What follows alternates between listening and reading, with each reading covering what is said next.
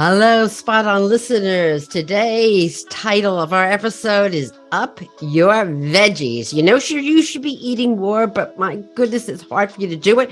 We're going to tell you how to do it quickly, easily, and most importantly, deliciously. Stay tuned. Spot On listeners, I hope you are back. I grabbed some celery, baby carrots, some hummus, whatever. It's all about Up Your Veggies. That's a topic of today's episode, and I brought in someone that is on top of Up Your Veggies. Toby Amidor, she's a registered dietitian in New York. I know you've heard the name because she's been on before. Why has she been on before?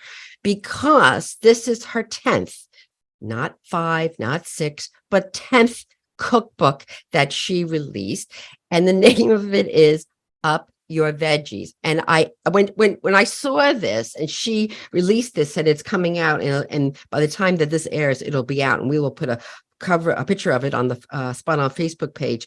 But she's always trying to help people eat more healthfully.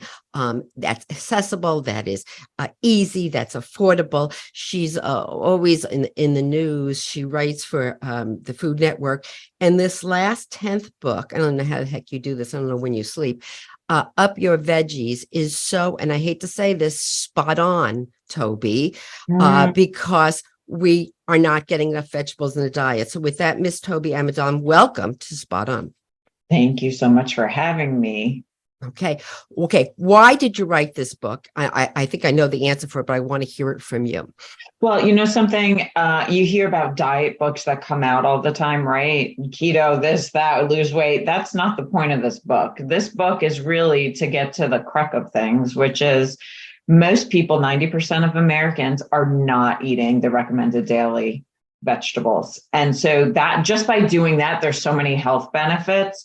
And so I just wanted to showcase just some delicious ways that all my recipes are super easy, like ways that you could just get more veggies at every meal and snack. That is exactly why you're on here, because these are easy, very, very easy. We'll get into that in a second. But, it's recommended that Americans get at least 2.5 cups, right, of veggies a day, at least. Toby, is that correct? Yeah, at least. And, I think the problem with a lot of this is that people just wait till the end of the day to try to get vegetables in, and that's a lot to get at one meal. So what I love about this is that you've got recipes going on for all, 24/7, at least your awake hours, which we'll get to in a second. But let's remind our listeners, because, it's, we often say, if you take this medication, it'll help you reduce your heart disease, risk of heart disease. It'll help you lower your blood pressure. It'll help with your managing or reducing your weight. And you know what the pill is called? Veggies.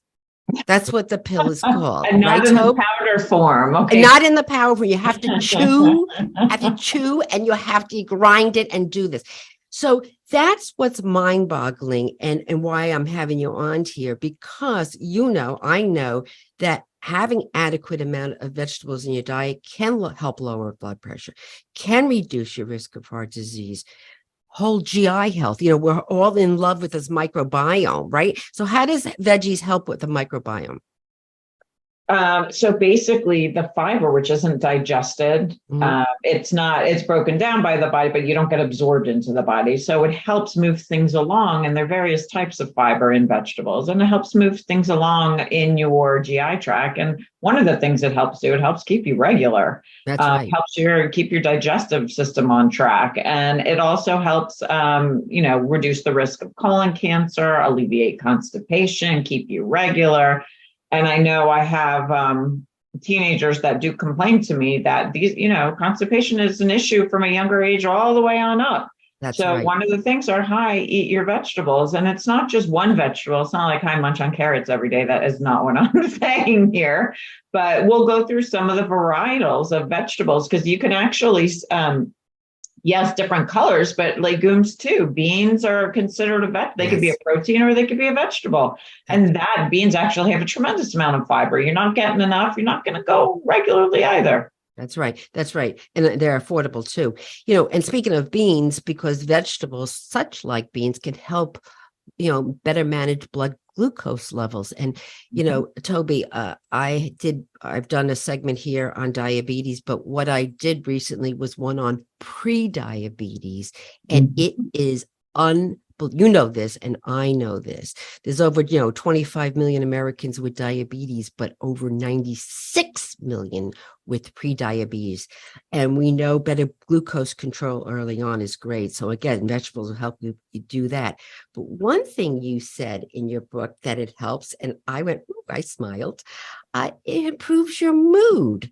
So can you talk there's a research from Australia that actually shows this is a fun one, but something with mental health going on, especially I know I have 2 kids. I'm driving to college and dropping them off, moving them in, and I visit them through the year, but I want them happy, and mental health is an issue, especially in college age and adult, moving into adulthood. So the research basically showed that those who were eating vegetables more than those who had less of them had better moods. And something that's just one other reason, and happier moods. Right, absolutely. And when you're happy, you'll end up eating more vegetables. So it's probably totally cyclic, right? It goes in there. Absolutely. All right, so I'm all about affordability, you're all about affordability. So can you just set the record straight as do these vegetables have to be organic to be healthy? So I'm something called pro-choice. Oh, look at you. I love it. Before all that went on, years and years, I've been saying when it comes to even fruits and vegetables, I'm pro-choice, meaning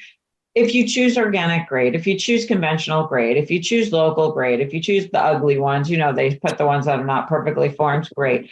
But just get the vegetables. In terms of conventional research shows that there's minute, if any, amounts of pesticides on vegetables, conventional or organic. And so just washing that off, like with warm water, that's all you need to do. That's exactly right. That's exactly. And I've said that, but I want them to hear it from you because, been food shopping lately, Toby.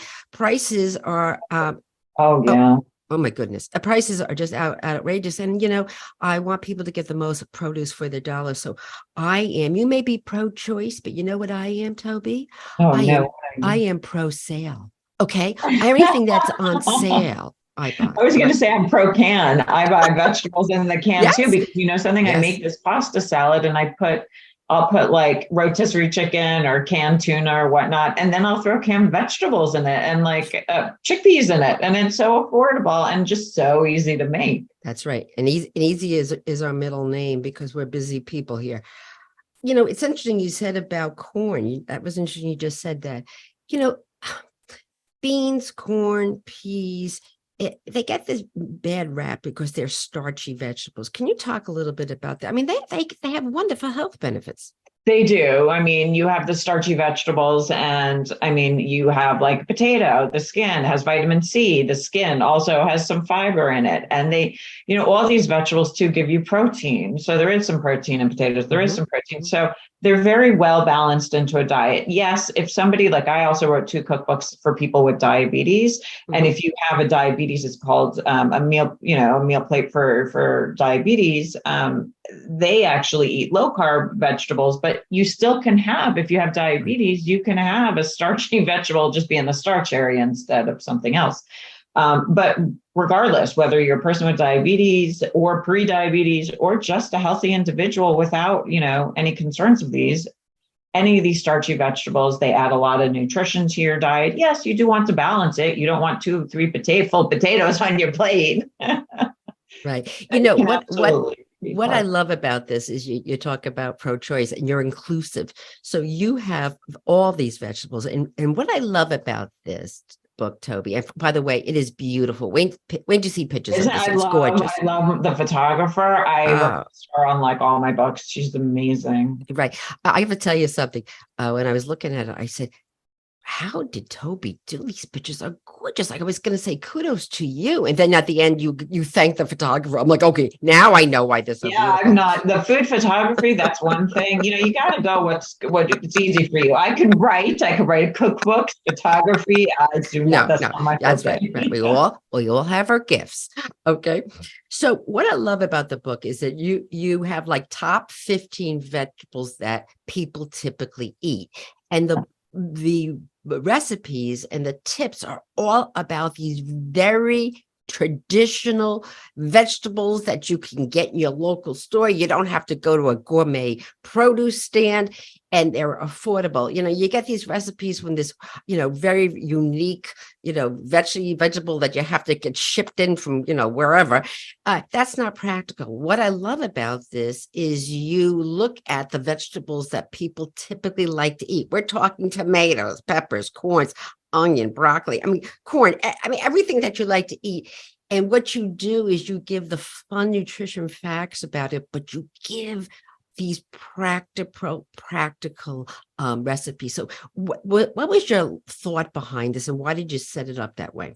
So I specifically spoke with my publisher when we were writing, when we decided that this was a great book to write. And I said, I don't want to go for these crazy vegetables that people can't find or expensive. I want to do, because like I said, 90% of Americans, only 1 in 10 are getting their amount of vegetables every day. So clearly we have tons of vegetables at the market in various forms, and they all count: canned, frozen, fresh. So let's use what we have, and let's create and give tips. Like for each of them, I give a shopping and storage tip. You may not know how to do that to find, the best asparagus, let's say for you, and then how to go home and store it so it can last, a few days that you need.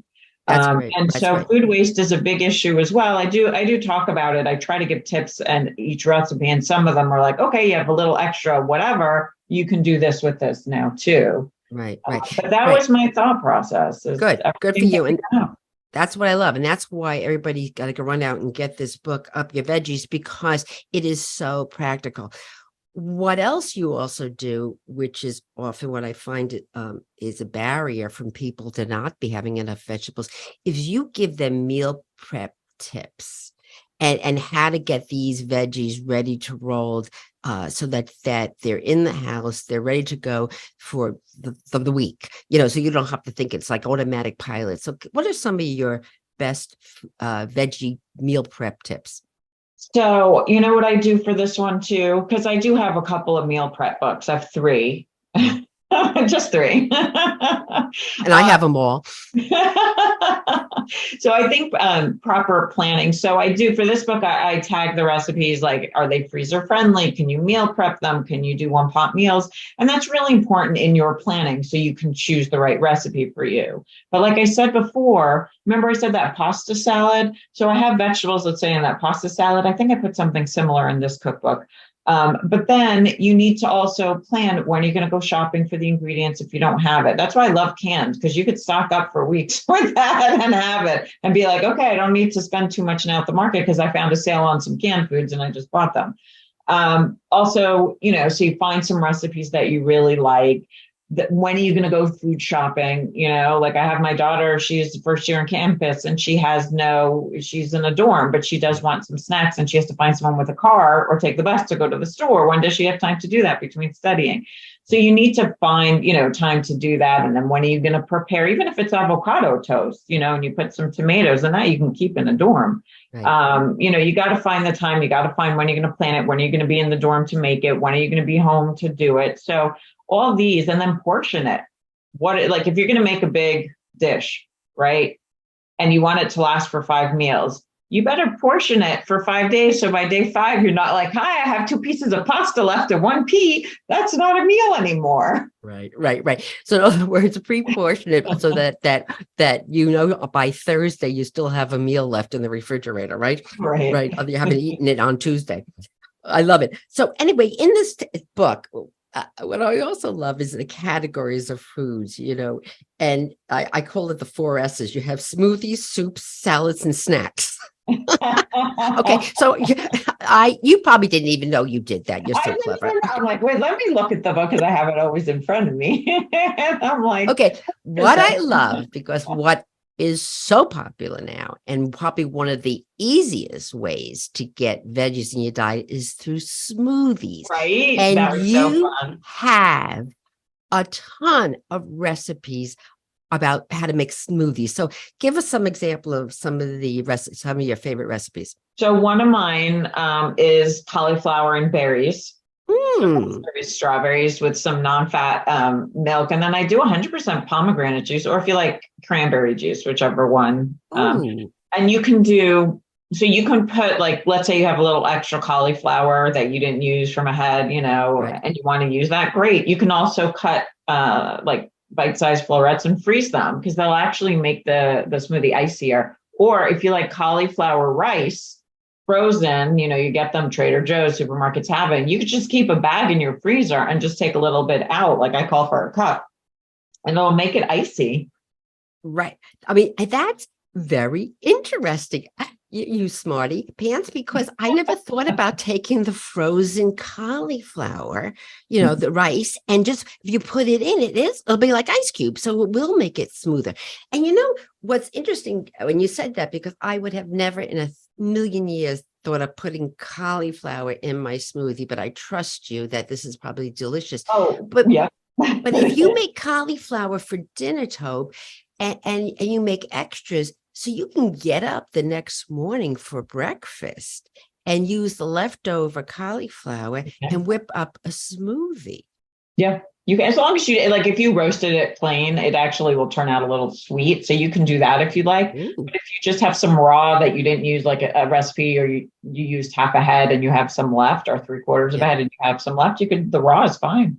Just wash it. Right. So again, it can be cans can be used in these smoothies, and it can be frozen. So again, people equate smoothies, well, it's all got to be, fresh. And no, it doesn't. What you're saying, it doesn't. And we talked about in the beginning of this episode, I think one of the reasons why Americans are falling short on the recommended minimum 2.5 cups of vegetables a day is because they're banking it all for dinner and they're not getting enough. But if you spread it out using these very clever recipes that you have in here, you're going to hit that number or exceed it, because you're spreading it out every time during the day. That Absolutely. leads me to the next one, is snacks. Okay, so I everybody knows carrots and hummus, baby carrots and hummus. We get that. What are other ways, clever ways to use veggies as snacks? Oh, I like this one because I don't remember. I have 10 cookbooks, so it's not always that I remember all of them, but I'm flipping through my own book and I remember now what I have here. And tuna-filled cucumber boats. To me, they're just, and it could be because if you look at the second part of the title of my book, it's a flexitarian recipes for the whole family. Right. So this would be good for children. This would be good for adolescents, adults, whoever. But it's so much fun to crunch on. All you do is take a spoon and take the seeds out, slice the cucumber lengthwise and then have it, and then take the seeds out and you have like a boat. And then you can put whatever you want in there. So I put some healthy tuna. So I did like a canned tuna, but then I do a combo of mayo and a little Greek yogurt, Dijon mustard, and some lemon juice, salt, pepper. And then I just mix it up, put it on, and then just put some cherry tomatoes, or you could slice tomatoes, or I have the cherry tomatoes, and it's fun and like fun to serve to people. I have to tell you, so that was exactly what I saw first, was these tuna butts. I'm saying, how clever is this? And you talk about less prep. What you can do with that is, I love you take out the middle, so you have this like canoe. I call it a canoe. Yeah, Okay, a canoe. But you can get those tuna in the pouches that like maybe dill flavored. You ever see those? I Yes. love those. I love those too. And so all you have to do is scoop out that inside, put this tuna in the pouch right? And put the cherry tomatoes on. We're talking Zippo prep here. And we know that when it comes to protein, having protein throughout the day is very good. So this becomes a good way to get a high protein snack. And as you and I both know, more seafood in your diet, and you can get it in as a snack. That's right. That's absolutely right. What's your next favorite snack one? Because I think that's important for people to understand that veggies are a good snack for multiple reasons. And what's your second favorite one? Something, this one just was really fun for me. And one thing I do want to say is any of my recipes are made to be modified to the individual taste preference. So if you're like, I don't like, tuna, good, use some egg salad in there. Right. Or salmon. Right. Or salmon. Yeah, the pouches of salmon are so good. Or they have like the spicy buffalo. Those are Mm. Anyway, so another one that I like is I have spinach cheddar muffins. So a lot of times you don't think about putting vegetables in your muffins. So this was like so fun to do. Okay, explain this because I saw the picture of this and it looks gorgeous. So I would have never, here I go again, ever put spinach and cheddar in a muffin. So explain this to me. Yeah, so I just basically it's a basic muffin batter. And what I'm doing is I just take any cut up baby spinach, like you don't have to do any prep. Just buy the bag of already washed like baby spinach, pour it on the stovetop with some heated with a little bit, like 2 tablespoons of olive oil, and saute it. It takes 3 to 5 minutes. You'll see it start to wilt. Mhm. Okay, you're done. And then at the end, after you make the batter, just a traditional, batter. It's a little better for you, of course. And I add oregano and parsley and garlic powder, more to make them savory muffins. Then I'm folding in the cheese and I'm folding in the cooled off spinach. And then you just bake them. And delish. And again, a great way snack in the afternoon or mid-morning or even for breakfast. And warm, yeah, you can even have, and then veggies for breakfast, and then you can warm them. And even if you want a tablespoon of unsalted butter, like you can even pop in the microwave for 30 seconds, split it in half and then take a teaspoon of unsalted butter and just put it on and you're set. Yes, that for breakfast. That's great. And my gosh, imagine if you had that for breakfast, Toby, and then you had one of your veggie smoothies, you'd be like, that would be a really powerful I like the breakfast. mojito one is so fun. I have so many like zucchini bread. They came out so good. Yeah, no, I'm telling you, I have never seen so many smoothie recipes in one cookbook. It was great. The other one that I absolutely love. I mean, there's salads in there, and let me tell you, the salads are beautiful and they're gorgeous and everything. But everybody kind of knows salads, but the one I love because I'm here in Boston and it's always freezing here in Boston is the soups. So tell us about the soups. What were some of the fun soup recipes that my favorite soup? So in my family growing up, we always had ratatouille, right? My mom loved to make ratatouille. I said, you know something? I'm going to make this a ratatouille soup and then add farro to it. Wow. So how fun is that? Oh. And it came out so good. Zucchini and squash and red bell peppers and green cabbage. And then at the end, you're putting in farro and allowing when all the flavors simmer together. The farro is cooking. And then you have spices in there, a little apple cider vinegar to balance out, the acidity of everything in there because it has some diced tomatoes. So it is a nice warming bowl of soup, like even to, on a rainy fall day or a cold winter day. Right. I also want to point out that not only does she use everyday vegetables, but Toby uses everyday seasonings. I'm not have to find the gourmet shop to get a weird seasoning. So everything it'd be hard pressed to say that this oregano or everything is in your pantry and with your dry herbs and spices. So which I absolutely love. By the way, if you can't, I always say just take Italian seasoning and take one container. Has a lot of the stuff. You just put that instead, and you're cool. There you go. I love it. I love it too. Also, what I love about soups is what you talked about in the beginning, because you and I know we're on a crusade to stop food waste. So that's where, if you don't get to the vegetables by midweek and they're starting to look a little, wilted or whatever, they go right into a soup. Yeah, I have a speedy vegetable soup where you could put basically your leftovers in there, or let's say you only used half a can of something. How many times, like a recipe, and you're like, what am I going to do with this? It's going to go to the garbage. No. Put it in a speedy vegetable soup, and that you just take a low sodium vegetable broth. I love crushed tomatoes are always in my pantry because you can put them in anything from like a chili to to this, there's so many things to do with it. And you can use frozen or you can use canned, and you just throw them in the soup, or you can use some leftover, just chop it up, because if it's like a potato, if you have a little leftover potato, that takes a long time to cook if it's large. So just put it into small pieces and it cooks much faster. And I even call for Italian seasoning to make it even speedier. Oh, yeah, there you go. And I love about soup. I tell everybody to make a vat of it and then freeze it, as you said, like your Miss Meal Prep Queen. Freeze it in containers so that this way, one day when you just don't feel like you got anything you want to do, you pull it out and there's your vegetables ready to go and put it in the microwave.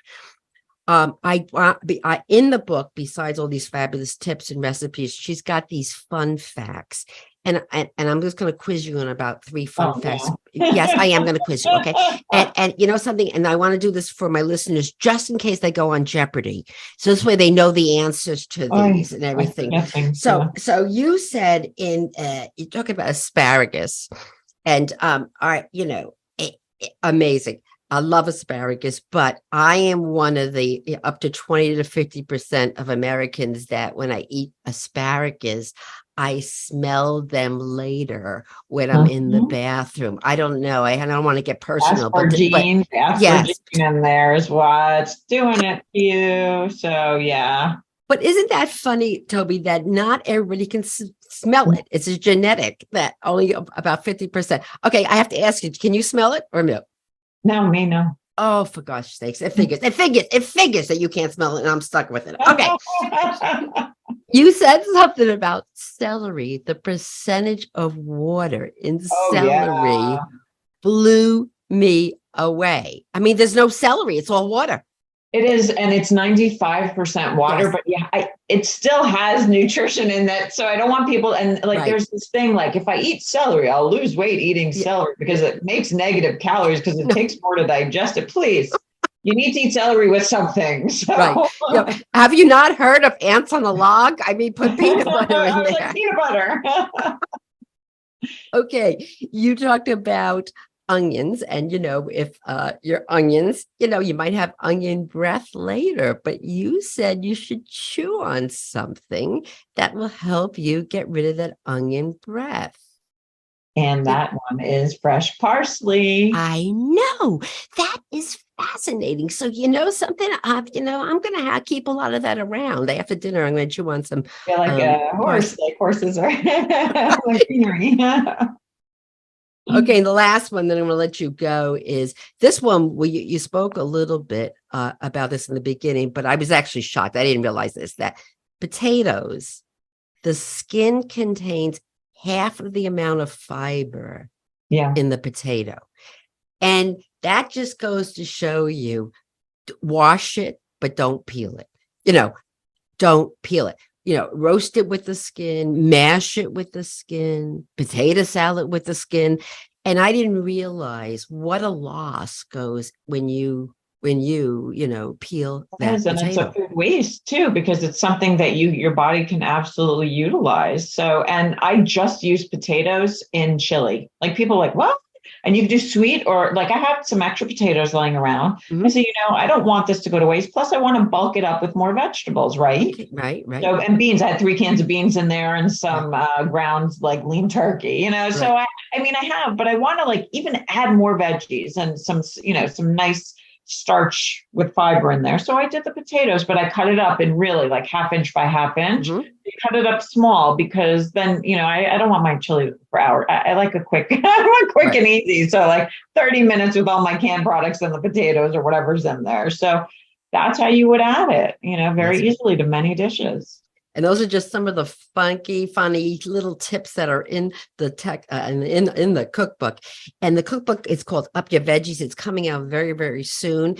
It's by my guest, Toby Amidor. She's a rock star registered dietitian. And when the book comes out, I got a preview. But when the book comes out, we're going to put a link to it so where you can buy it, Up Your Veggies. And that's the take home. That's what we should be talking about, for the next few months. Up Your Veggies. And boy, that could lower your risk of a lot of health.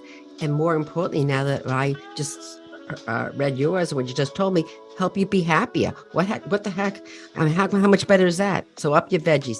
So Toby Amidor, thank you so much for coming on Spot On. Thanks so much for having me.